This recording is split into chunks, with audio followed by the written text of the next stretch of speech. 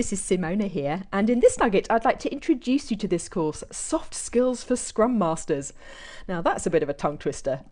I am going to be assuming though that you, my friend, are indeed a Scrum Master. But if you're not, that's absolutely not a problem. Just be aware that that is the assumption I have made.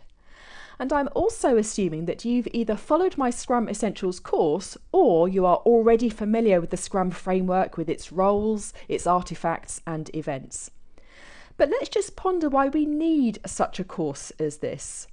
So the Scrum Master role is of course a critical part of the Scrum team. The Scrum Master is the one that coaches the entire Scrum team in their agile processes, and I wouldn't be surprised if you as a Scrum Master actually has a copy of the Scrum Guide within arm's reach right now. But if we look at the varied and challenging aspects of the Scrum Master role, we can start to see what a tremendous variety of skills are needed. And we call them soft skills because they're not hard IT technical qualifications. No, the skills we need are a mixture of people skills, communication skills, and also various character traits that's going to enable you to coach the team and create a productive and harmonious environment for the team to work in, even if that means breaking the mold sometimes in order to achieve that. So that means, as Scrum Master, you will need to have good listening skills and good questioning skills to help you coach the team. You'll need to be able to run great meetings and maybe even the odd training course every now and again. You'll need to get creative when it comes to removing impediments and effecting change in the organisation, and you'll be using every trick in your bag to smooth the way for your team to be as productive as possible.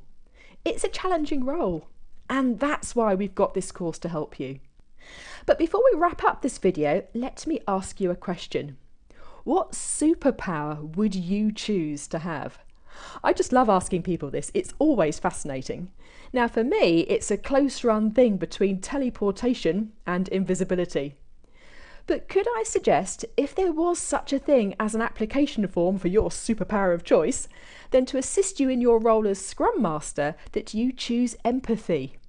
Being able to properly listen to what's being said, and what's not being said too for that matter, and being able to step into someone else's shoes and really understand things from their point of view will give you an amazing advantage in your role.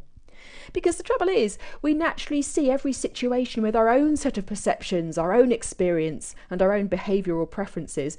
You know, it's as if we look at everything through a very slightly distorted lens.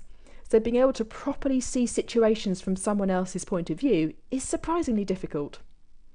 So, having selected empathy on the Superpowers application form, while you're waiting to hear if your application has been successful, I'd love it if you would work through this course with me. It's going to be a fascinating journey.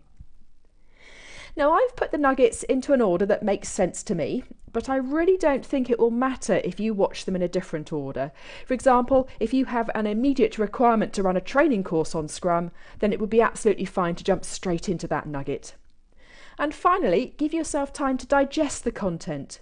Just because you've watched a video on how to improve your listening skills, for example, that doesn't magically mean you'll immediately be better at listening. These things come with practice. I hope this has been informative for you, and I'd like to thank you for viewing.